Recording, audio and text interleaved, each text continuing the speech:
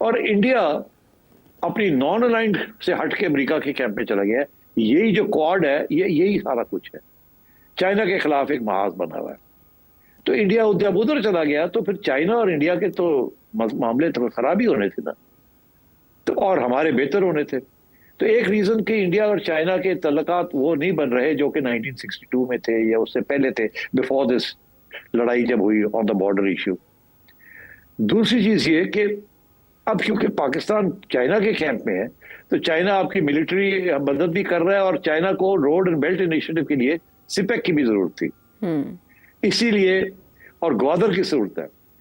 China का जो naval strategy है ना, वो है स्ट्रिंग ऑफ पर्ल्स।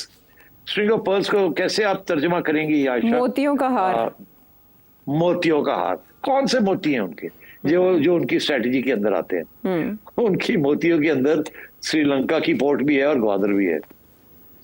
आप समझ रहे हैं? इसीलिए चाइना को हमने ग्वादर दे दिया था कि आप करें हम। मगर ग्वादर की डेवलपमेंट इसलिए नहीं हुई कि हम अपनी जो हमने सिपेक को जो चलाना था और प्रोटेक्शन जो देनी थी चाइना को, वो हम दे नहीं सके। और उसकी वजह यही थी कि इंडिया ने अमेरिका के साथ मिलकर ये फैसला किया कि हमने चाइना को डिफीट करना है इन पाकिस्तान, और ग्वादर को हमने नहीं चलने देना। क्योंकि ग्वादर को चलने दिया तो फिर चाइना की जो ब्लू वाटर नेवी है ना, उनके एयरक्राफ्ट कैरियर वगैरह सारे आके ग्वादर में आके लगे, और ये गल्फ के ऊपर आके बैठ जाएगा।